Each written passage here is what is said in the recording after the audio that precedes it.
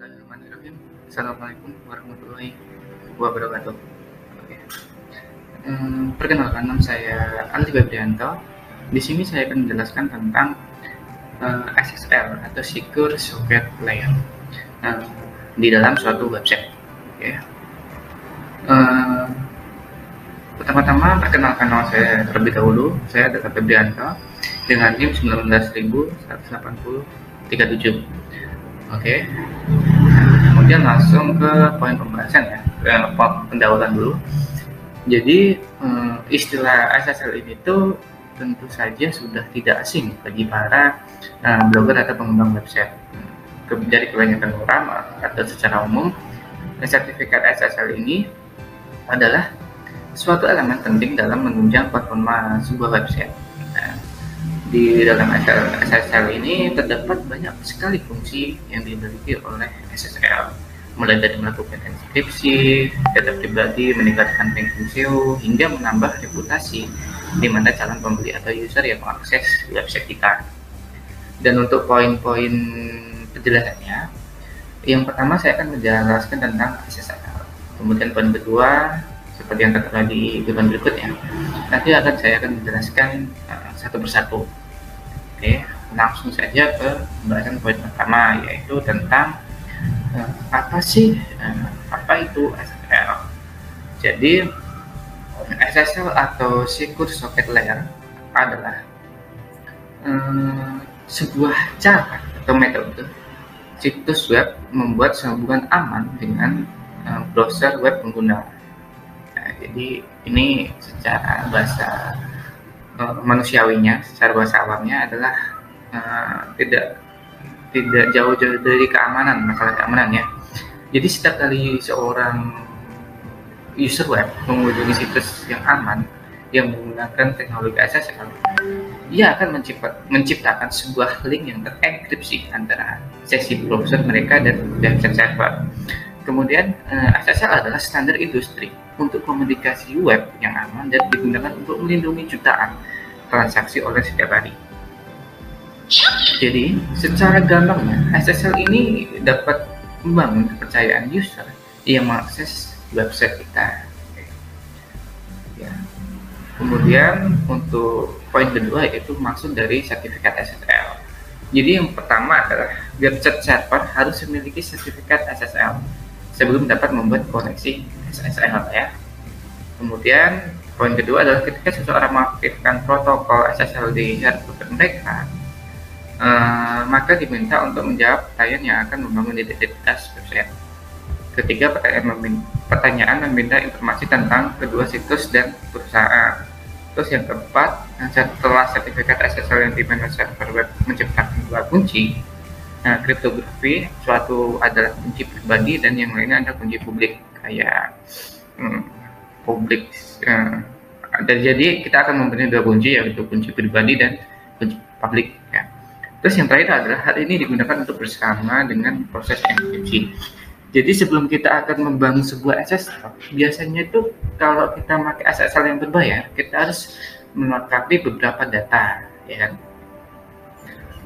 Ada beberapa data yang diantaranya mungkin ya nama perusahaan, terus nomor perusahaan dan lain-lain ya.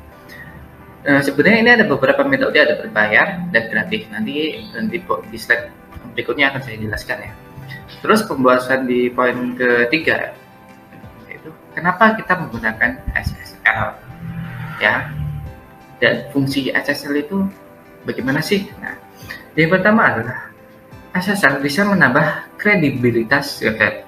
Maksudnya kredibilitas website di era digital seperti sekarang ini adalah kepercayaan dan reputasi merupakan hal yang sangat penting untuk dijaga. Nah, salah satunya cara untuk memperoleh reputasi tersebut adalah dari calon pembeli itu, terutama adalah dengan memasang sertifikat SSL pada website kita. Anda pasti mengetahui kan yang namanya Shopee, Tokopedia itu kan pasti kalau domainnya itu HTTPS bukan HTTP. Itu yang namanya SSL, itu kita websitenya udah mengadopsi yang namanya HTTPS seperti itu. Terus yang kedua adalah melindungi data pengunjung. Artinya Untuk meminimalisir penyalahgunaan data pribadi, saat ini Google itu sudah menyarankan setiap pemilik website agar memasang sertifikat SSL. Jika himbauan ini tidak dilakukan, maka secara otomatis website akan menampilkan peringatan not secure atau tidak aman ketika website tersebut diakses. Nah, kemudian ada pun biasanya perlindungan diberikan oleh sertifikat SSL sendiri berupa enkripsi seluruh data pengguna public key dan private key. Pasti Anda juga pernah ketika mengakses website yang ternyata domainnya adalah HTTP, bukan HTTPS ya, pasti ada peringatan kayak ada istilahnya notifikasi warna merah gitu, icon warna merah karena menandakan bahwa website ini tidak aman karena belum mengimplementasikan SSL atau HTTPS gitu. Terus yang terakhir, poin terakhir adalah bisa menambah poin SEO. Ya, artinya SEO ini adalah berguna untuk meningkatkan reputasi website kita di mesin pencari seperti itu. Jadi meski hanya salah satu dari sekian banyak faktor yang bisa menentukan ranking SEO, ternyata SSL mampu memberikan dukungan yang lumayan signifikan untuk SEO website ya. Sebagai raksasa mesin pencari, terutama untuk Google sendiri secara terbuka sudah memberikan pernyataan bahwa sertifikat SSL harus diterapkan jika ingin mendapatkan posisi terbaik di halaman depan. Seperti itu. Oke. Lanjut ke pembahasan poin berikutnya, yaitu tentang jenis-jenis SSL. Nah, di sini ada banyak ya, ada 4 yang saya pahami, ada 4 sih. Dan beberapa referensi yang telah saya ambil, yang pertama adalah tentang sertifikat SSL Extended Validate atau EF. Ini tuh biasanya merupakan jenis SSL yang memiliki tingkat keamanan paling tinggi ya. Biasanya ini sangat direkomendasikan untuk website besar seperti e-commerce yang mungkin bank gitu kan, ya website yang level ke atas itu diwajibkan untuk ya direkomendasikan untuk memakai jenis SSL EV ini ya. Kemudian yang kedua adalah OV. Nah, biasanya ini tuh digunakan untuk organisasi yang ingin tapak lebih mapan di ranah digital. Biasanya itu lebih ke yang jangka menengah sih, ya. Menengah, ya website yang menengah, tidak besar tidak kecil juga. Cuman direkomendasikan untuk OV ini. Biasanya ini website seperti organisasi, yayasan, perusahaan dan lain-lain. Kemudian yang ketiga adalah DF, sertifikat DF. Ini biasanya populer digunakan untuk para blogger personal maupun pemilik bisnis semuanya yang menggunakan website sebagai media pemasaran. Kemudian yang terakhir adalah sertifikat gratisan ini ya, dari Let's Encrypt. Biasanya SSL ini seringkali digunakan oleh para orang awam karena kemudahan dalam instalasi dan tidak memerlukan berkas yang banyak dalam mendaftar ya. Oke. Kita lanjut ke pembahasan yang berikutnya. Jadi algoritma sertifikat SSL ini perlindungan sertifikat SSL berbicara tentang enkripsi dan autentikasi. Kedua, hal tersebut tidak boleh lepas dari sistem keamanan kriptografi dari sertifikat SSL. Keamanan kriptografi berkaitan dengan proses enkripsi yang terjadi pada saat proses transmisi data pada klien dan server. Pada sertifikat SSL keamanan kriptografi tersebut sebagai SHA, saya pakai SHA ya, di mana fungsi ini sebagai pengacak data yang akan dikirimkan oleh klien dan diterima oleh server, atau dua arah mengirim dan menerima selama masa transmisi data pada internet.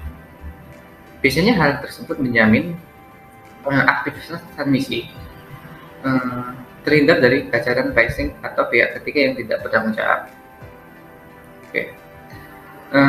Dan saya di sini tidak akan menjelaskan ya tentang definisi dan cara enkripsi itu bagaimana, karena hal ini sudah dijelaskan pertemuan-pertemuan yang udah sebelumnya ya. Jadi, namun SSL ini terdapat dua jenis SHA ataupun algoritma sertifikat SSL yang sering digunakan yakni SHA-1 dan SHA-2. Jadi antara kedua algoritma ini pastinya SHA-2 itu lebih unggul dibandingkan dengan SHA-1, di mana keduanya ini menawarkan panjang bit yang berbeda. SHA-1 hanya memberikan panjang bit 160, sedangkan SHA-2 itu hingga 256 bit. seperti itu. Untuk poin yang berikutnya ini tentang public key dan private key yang telah saya singgung sebelumnya ya. Jadi penjelasan public key dan private key merupakan pasangan kunci yang bertugas dalam proses enkripsi dan deskripsi. Jadi saat private key melakukan enkripsi data, maka public key digunakan untuk mendeskripsi data dari yang telah dienkripsi tadi. Hal tersebut salah satu adalah alasan mengapa private key tidak dapat diberikan ke sembarang orang. Jadi di sini public key adalah menggunakan algoritma asimetris yang mengubah pesan menjadi format yang tidak dapat dibaca atau yang kita sebut sebagai enkripsi. Dan private key itu kebalikannya, jadi sebuah kunci rahasia yang digunakan untuk mendeskripsikan pesan. Jadi yang telah dienkripsi ini punya kunci private key, digunakan untuk mendeskripsi dari pesan yang telah dienkripsi tadi. Oke ya. Kemudian yang poin berikutnya yaitu perbedaan antara SSL gratisan dan SSL berbayar.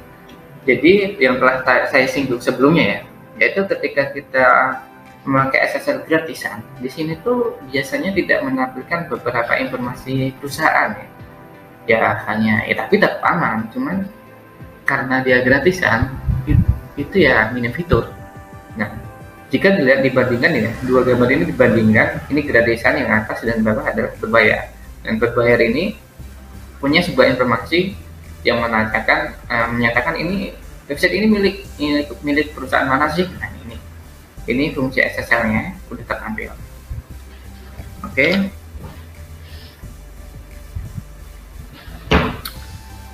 Setelah itu masuk ke poin yang berikutnya. Nah, cara untuk mengimplementasi SSL ini ada cukup berbeda ya, sedikit berbeda antara yang gratisan dan berbayar. Jika kita pakai yang gratisan ya kita tinggal nambahin ini aja sih sebenarnya, tinggal nambahin kode atau script di dalam website hosting kita, itu di dalam biasanya di dalam HT access itu ya, kita nambahin ini 3 baris ini lah ya, HTTPS ini, private con, reward, rule. Di sini ini fungsinya untuk mengubah HTTP ke HTTPS ya, dan biasanya itu mendapat sertifikat gratis gitu ya. Kemudian untuk yang berbayar ini sebenarnya ada beberapa langkah sih agar kita mendapatkan SSL berbayar ini sertifikatnya. Yang pertama ya pastinya kita akan membeli ke beberapa agen, biasanya kan ada di Niagara, Domain.Asia, Domain Square dan lain-lain. Itu kita beli, kemudian kita di sini ketika mendaftar kita mengisi beberapa data-data yang dibutuhkan biasanya. Dan ini biasanya sertifikat berbayar itu keterangan seperti ini, ada DF sertifikat ya, yang telah saya sebutkan sebelumnya itu. Oke, selanjutnya kita masuk ke dampak menggunakan SSL ya. Jadi dampaknya itu sebagai pemilik website tentunya hal ini sangat membantu apabila kita bertransaksi dengan klien. Hal ini bisa menjadi perhatian yang sangat serius apabila kita memiliki website jenis e-commerce, karena biasanya kalian sering bertukar informasi penting seperti data pribadi, nomor rekening dan sebagainya. Biasanya ya ini dampak kita menggunakan SSL ya, dapat perubahan dari HTTP dan HTTPS dari website yang tidak aman menjadi aman ya. Terus website yang telah menggunakan sertifikat SSL akan berubah URL-nya dari protokol HTTP ke HTTPS ya. Perbedaan HTTP dan HTTPS cukup berpengaruh bagi pengunjung ya di era digital saat ini. Biasanya user awam itu mengenal sertifikat SSL itu dengan tanda kayak tadi ya, ada tanda lambang kunci dan tanda warna hijau biasanya kan. Namun HTTP merupakan versi yang tidak terenkripsi dengan aman. Jadi HTTP sangat tidak aman sih memang. Oke, selanjutnya. Nah, ini sedikit perbedaan antara HTTP dengan HTTPS ya. Saya salah menulis tadi. Ini HTTP dan HTTPS. Ini poin-poinnya. Yang pertama, tidak ada enkripsi data yang diimplementasikan sehingga proses transfer data menjadi lebih cepat tetapi kurang aman. Nah, berbeda dengan HTTPS, koneksi terenkripsi dan aman. tetapi proses transfer data menjadi lebih lambat karena adanya proses enkripsi tersebut. Nah, di sini juga diproses melalui port 80 secara default. Nah, kemudian HTTPS diproses melalui port 443 secara default. Ya. Nih, HTTP tidak meningkatkan peringkat pencarian pada set engine yang tadi ya, SEO tadi ya, saya sebutkan tadi ya. Dan HTTPS dapat meningkatkan SEO. Nah, ya pastinya kalau HTTP tidak memiliki sertifikat, tapi kalau HTTPS terdapat sertifikatnya. Di sini tidak support AMP, di sini support AMP. Ya. Oke, selanjutnya, dan ini perbedaan dari HTTP ya. Nah, ini ada keterangan not secure, secure atau tidak aman. Nah, ini ada informasi, harusnya ini tanda merah ya. Memang tanda merah ya. Notifikasinya not secure karena tidak aman karena dia menggunakan HTTP buat HTTPS. Setelah itu, nah ini perbedaan dengan HTTPS ya. Ketika kita memakai HTTPS, tidak ada informasi yang menandakan bahwa website ini tidak aman. Berarti ya, karena ada lambang kunci ini, berarti aman-aman aja ya. Berarti berbeda dengan HTTPS tadi, HTTP tadi. HTTP menampilkan seperti ini informasinya, dan HTTPS itu seperti ini. Berbeda ya. Oke. Gampangnya seperti itu sih, perbedaan antara HTTP dan HTTPS. Antara website yang udah aman atau tidak, antara website yang udah mengimplementasikan SSL atau yang belum. Jadi seperti itu aja sih sedikit penjelasan dari saya. Semoga bisa bermanfaat aja sih ya. Oke, terima kasih sebelumnya. Mohon maaf jika ada salah-salah dalam penyampaian materi ini. Akhir kata saya ucapkan terima kasih dan wassalamualaikum warahmatullahi wabarakatuh.